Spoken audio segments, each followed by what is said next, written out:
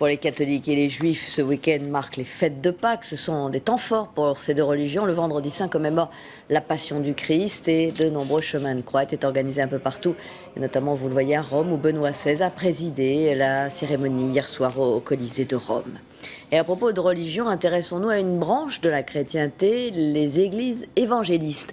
Leur nombre est en forte croissance dans notre pays. On compte près de 700 000 membres en France. Alors essayons de comprendre le phénomène avec Jocelyn Huchet et Karine Bourdet. Une église pleine à craquer. C'est la 3e célébration ce dimanche, mais il y a toujours autant de monde. Ils sont évangéliques, pentecôtistes, une branche du protestantisme. Dans cette église parisienne, le nombre de fidèles a doublé en 4 ans et ce sont surtout des jeunes qui se convertissent. C'est une foi concrète, c'est pas des religions, des dogmes, des formules et des prières, c'est vraiment concret dans la vie de tous les jours. Le pasteur, tout à l'heure, il donnait un exemple sur... Il parlait de sa voiture, enfin c'est idiot, mais on n'a pas peur aussi de dire que Dieu il s'intéresse à nos problèmes matériels.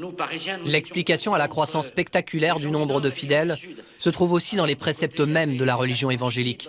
Chaque croyant doit transmettre sa foi autour de lui. Comment allez-vous ? Répandre l'évangile, c'est la mission que Jésus nous laisse. Aller prêcher la bonne nouvelle à toutes les ethnies, à toutes les nations. À Cergy-Pontoise, le nombre de fidèles a tellement augmenté ces dernières années qu'il a fallu construire une nouvelle église. Une salle de prière assez spacieuse pour accueillir les fidèles.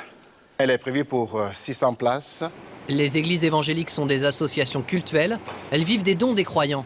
Certains laissent jusqu'à 10% de leurs revenus et financent donc en partie la construction du nouveau bâtiment. Chacun donne librement, avec joie et selon sa prospérité.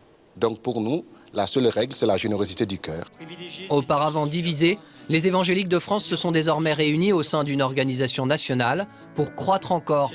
Aujourd'hui, une église se construit tous les 10 jours.